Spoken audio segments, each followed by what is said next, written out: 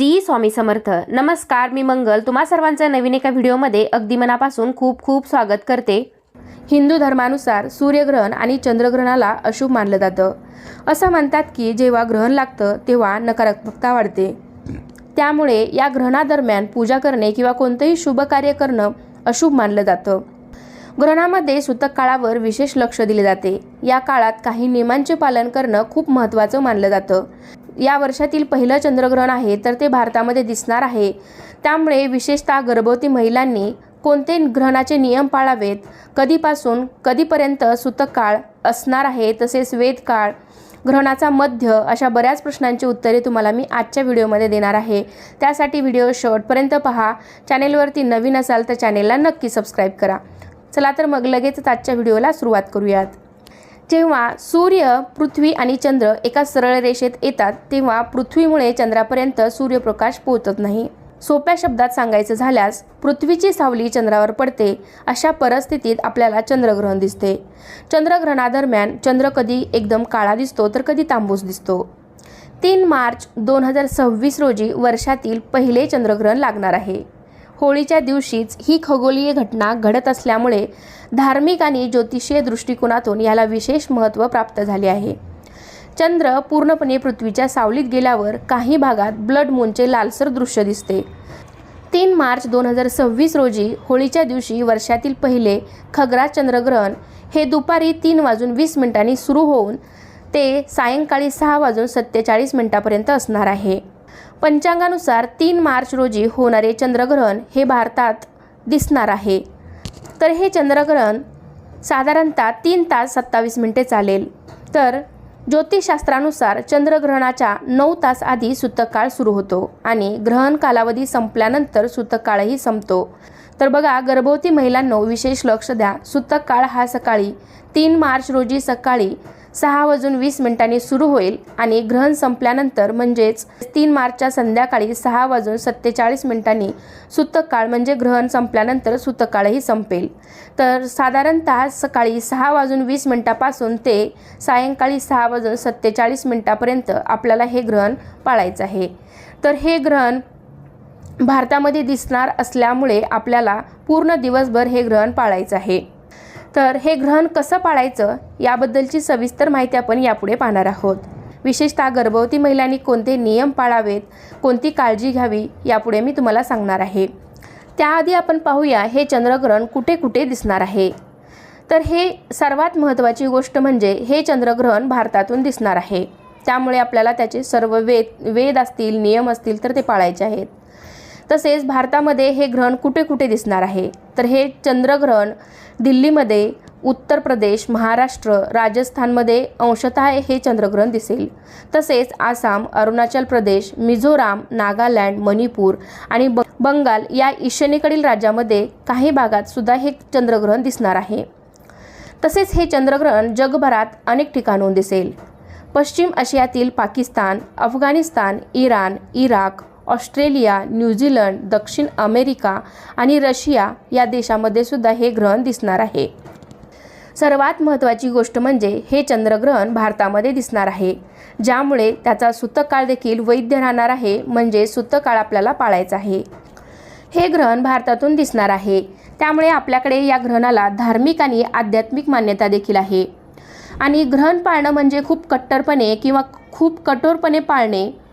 काही गोष्टी ज्या आपल्याकडे पारंपरिक सांगितलेल्या असतात अगदी त्याप्रमाणे ग्रहण पाळणे म्हणजे चुकीचं आहे.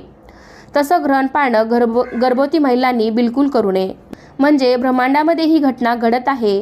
ग्रहण कुठल्याही भागात दिसत असलं तरी त्याचे सूक्ष्मकण हे वातावरणामध्ये मिसळलेले असतात. अशावेळी गर्भवती महिला या जास्त सेन्सिटिव्ह झालेल्या असतात. मग अशावेळी या ग्रहण काळामध्ये ज्यावेळी ही घटना घडत आहे त्यावेळी नामस्मरण करावे, जप करावा, अनुष्ठान या गोष्टी तुम्ही या दिवशी करू शकता. तसेच हनुमान चालीसा असेल, स्तोत्र असेल, रामचरितमानस अशा गोष्टी आपण या दिवशी वाचू शकतो, ऐकू शकतो. गणपती अथर्वशीर्ष असेल, गणपती स्तोत्र असेल, गणपती मंत्र असेल, हे सुद्धा तुम्ही या दिवशी म्हणू शकता. परंतु अगदी जास्त स्ट्रिक्ट हे ग्रहण पाळू नये. विशेषतः गर्भवती महिलांनी जेवण न करणे, पाणी न पिणे या गोष्टी गर्भवती महिलांनी टाळाव्या. त्यांच्या ज्या नैसर्गिक क्रिया आहेत, म्हणजेच लघवीला जाणे, टॉयलेटला जाणे, पाणी पिणे, जेवण करणे, या सर्व क्रिया त्यांनी रोखून धरू नये.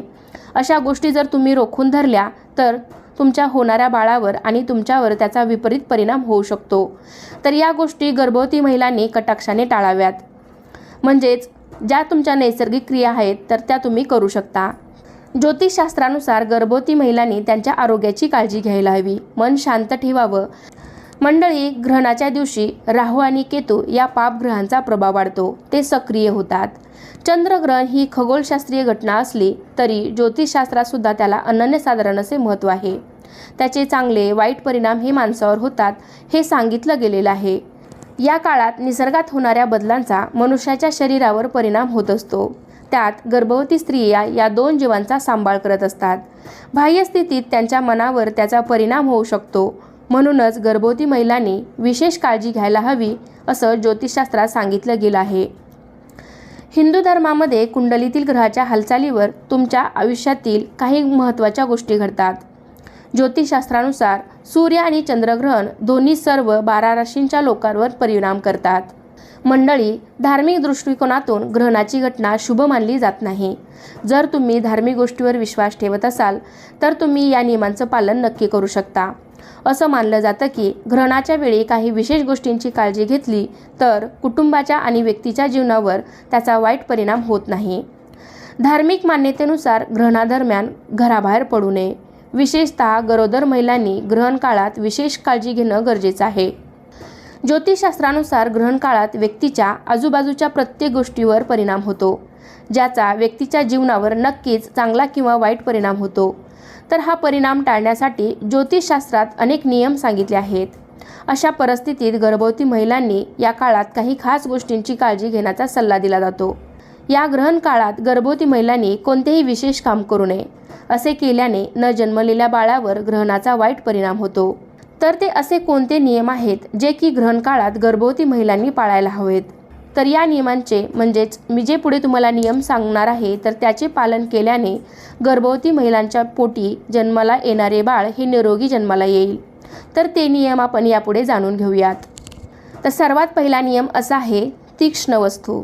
तर गर्भवती महिलांनी ग्रहण काळात चाकू, कात्री, सुया इत्यादी ज्या काही धारदार वस्तू असतील तर त्या वस्तू या दिवशी वापरणं टाळायचं आहे.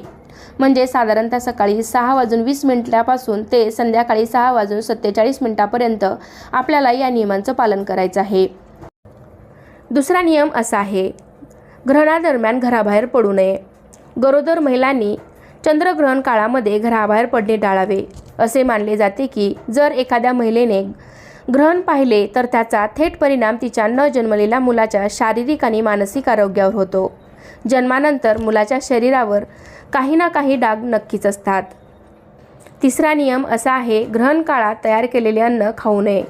गरोदर महिलांनी ग्रहण काळात तयार केलेले अन्न खाऊ नये. असे म्हणतात की यावेळी पडणारे ग्रहणाचे जे काही हानिकारक किरण असतात तर ते अन्न दूषित करतात. ग्रहण सुरू होण्याआधी तुळशीची पाने त्या अन्नामध्ये टाका आणि ग्रहण संपल्यानंतर ते काढून तुम्ही ते अन्न ग्रहण करू शकता. कारण असं केल्यामुळे ग्रहणानंतरही ते अन्न शुद्ध राहते. बघा, गर्भवती महिला या 2 जीवांचा सांभाळ करत असतात. तर तुम्हाला दिवसभर सकाळी 6 वाजल्यापासून ते संध्याकाळी 7 वाजेपर्यंत हे ग्रहण असणार आहे, सुतक काळ पकडून. तर त्यामुळे तुम्हाला इतका काळ तुम्हाला भूक सहन होणार नाही. त्यामुळे तुम्ही जेवण करू शकता. तुम्हाला पाणी प्यायचं असेल पाणी पिऊ शकता. टॉयलेटला जाणं, बाथरूमला जाणं या ज्या काही तुमच्या नैसर्गिक क्रिया आहेत त्या तुम्ही करू शकता. फक्त की सकाळी तुम्ही स्वयंपाक करू नका किंवा झोपू नका, घराबाहेर पडू नका. या गोष्टी फक्त तुम्हाला टाळायच्या आहेत. त्यानंतरचा चौथा नियम असा आहे, ग्रहणानंतर अंघोळ करणं आवश्यक आहे. बघा, ग्रहण संपल्यानंतर गर्भवती महिलेने तसेच इतर ज्या काही व्यक्ती असतील तर त्यांनीसुद्धा ग्रहणानंतर अंघोळ ही केली पाहिजे. ग्रहणाचा नकारात्मक प्रभाव टाळण्यासाठी ग्रहण संपल्यानंतर गर्भवती महिलांनी अंघोळ करावी. तसे जे कोणी पूजापाठ करणार असतील किंवा जे काटेकोरपणे ग्रहणाचं पालन करतात तर त्यांनीसुद्धा ग्रहण सुटल्यानंतर म्हणजे 3 मार्च रोजी सायंकाळी 6:47 अंघोळ करून पूजापाठ वगैरे ते करू शकतात. तसेच यानंतरचा पुढचा नियम असा आहे, ग्रहण काळात पती पत्नीने शारीरिक संबंध ठेवणे टाळावे. याशिवाय ग्रहण काळात झोपणे, कोणतेही औषध घेणे, देवाच्या मूर्तींना स्पर्श करणे टाळावे. 6वा नियम असा आहे, अनादी काळापासून असे मानले जाते की ग्रहणाचा गर्भाच्या विकासावर परिणाम होतो आणि गर्भवती महिलेच्या शरीरात हार्मोनल बदल देखील होतात. या बदलांमुळे गर्भवती महिलांच्या मूडमध्ये स्विंग, चिंता आणि लालसा जाणवते. याला कोणताही शास्त्रीय आधार नसला तरीही हा धोका टाळण्यासाठी भारतात गर्भवती महिलांना ग्रहण काळात घराबाहेर पडण्यास मनाई केली जाते. म्हणजेच त्यांनी ग्रहण जोपर्यंत आहे तोपर्यंत घराबाहेर पडू नये असे सांगितले जाते. तर मैत्रिणींनो, जर तुम्ही धार्मिक गोष्टीवर विश्वास ठेवत असाल तर तुम्ही या नियमांचं पालन नक्कीच करू शकता. याला कोणताही वैज्ञानिक आधार नाही, परंतु तरीही तुम्ही तुमच्या बाळाला कोणत्याही प्रकारच्या धोक्यापासून वाचवण्यासाठी हे ग्रहण नक्कीच पाळू शकता. गर्भवती महिला असतील किंवा इतर कोणीही असेल तर ग्रहण आहे म्हणून घाबरून जाण्याची गरज नाही, कारण ग्रहण ही एक खगोलीय घटना आहे आणि ग्रहणामुळे तुमच्या बाळावर तुमच्यावर काही विपरीत परिणाम होईल असं बिलकुल नाही. फक्त मोठ्यांचं ऐकण्याचा आपल्याला समाधान मिळावं. पूर्वापारपासून आपल्याकडे या ज्या काही रूढी परंपरा आहेत, चालीरीती आहेत तर त्या चालत आलेल्या आहेत, म्हणून आपल्याला हे ग्रहण पाळायचं आहे. ग्रहण काळात असं म्हटलं जातं की धार्मिक कार्य केले तर त्याचे पुण्यफळ अधिक मिळतं. त्यामुळे ग्रहण काळामध्ये तुम्ही जप, मंत्र, अनुष्ठान या गोष्टी करणं, तसेच हनुमान चालीसा, दुर्गा सप्तशती पाठ, गणपती अथर्व शीर्ष शेल या सगळ्या गोष्टी करणं महत्त्वाच्या मानल्या जातात. कारण ग्रहण काळामध्ये देवाचे नाम, जप, मंत्र हे जर तुम्ही केलं तर त्याचं पुण्यफळ हे अधिक पटीने मिळतं असं आपल्या शास्त्रामध्ये सांगितलं गेलेलं आहे. ह्या सर्व गोष्टी केल्यामुळे तुम्हाला मनाची शांती देखील मिळेल आणि मनात जी काही थोडीफार भीती असेल तर ती देखील दूर होईल. तुम्ही गर्भवती असाल तर कुठलंही ग्रहण अतिशय स्ट्रिक्ट पाळणं गरजेचं नाही. म्हणजेच लघवीला न जाणं, जेवण न करणं या सगळ्या गोष्टी तुम्ही करण्याची आवश्यकता नाही. म्हणजेच तुम्ही ग्रहण काळामध्ये या गोष्टी स्ट्रिक्ट पाळण्याची गरज नाही. तुम्ही या सर्व ज्या काही तुमच्या नैसर्गिक क्रिया आहेत तर त्या करू शकता. तर मंडळी, हे ग्रहण पाळावं की नाही ही प्रत्येकाची वैयक्तिक बाब आहे. तरीसुद्धा आपल्या भारतीय संस्कृतीत कोणतेही ग्रहण असले तरी ते पाळले जाते. मोठ्यांनी आपल्यावर तसे संस्कार केलेले आहेत, म्हणून फक्त मोठ्यांचं ऐकल्याचं आपल्याला समाधान मिळावं, कुठलीही शंका कुशंका मनात राहू नये यासाठी ग्रहण कालावधीत तुम्ही धार्मिक पठण, गणपती अथर्व शीर्ष अशा गोष्टी तुम्ही म्हणू शकता, वाचू शकता. काही गोष्टी शक्य असतील तेवढ्या तुम्ही नक्की करू शकता आणि जेवढे नियम तुम्हाला पाळता येतील तेवढे तुम्ही नक्कीच पाळू शकता. परंतु अगदीच टॉयलेटला न जाणं, बाथरूमला न जाणं, जेवण न करणे या गोष्टी तुम्ही टाळाव्या, म्हणजे गर्भातल्या बाळाला काही हानी होणार नाही. मंडळी, चंद्रग्रहणाचा मनुष्याच्या जीवनावर का परिणाम होतो? तर सगळ्यात महत्त्वाचं, चंद्र हाच मुळी आपल्या मनाचा कारक आहे असं ज्योतिषशास्त्र सांगतं. जसा चंद्राचा समुद्राच्या पाण्यावर परिणाम होतो तसाच मनुष्याच्या मनावर सुद्धा होतो. चंद्राच्या कलेनुसार समुद्राला भरती ओहोट येते, बरोबर ना? मनुष्याच्या शरीरात तर 70% पाणी आहे. मग चंद्राचा परिणाम मनुष्याच्या शरीरावर होतच असणार यात काही शंका नाही. आणि म्हणूनच चंद्रग्रहण काळामध्ये ध्यान, जप, साधना करायला सांगितली जाते, जेणेकरून मन शांत राहील, मनात अस्वस्थता येणार नाही, मन निरोगी राहील. आणि हो, मनाला प्रसन्न करण्यासाठीच तर आपल्याकडे प्रत्येक महिन्यात कोणता ना कोणता सणवार हा येतच असतो. आणि हा व्हिडिओ इथे संपतोय. कसा वाटला तुम्हाला आजचा व्हिडिओ मला नक्कीच कमेंटद्वारे सांगा. हा व्हिडिओ तुम्हाला आवडला असेल तर व्हिडिओला लाईक करा, तुमच्या फ्रेंड फॅमिलीसोबत शेअर करायला विसरू नका. चला तर पुन्हा भेटूया अशाच एका छानशा आणि माहितीपूर्ण व्हिडिओमध्ये. तोपर्यंत सर्वांना श्री स्वामी समर्थ. धन्यवाद.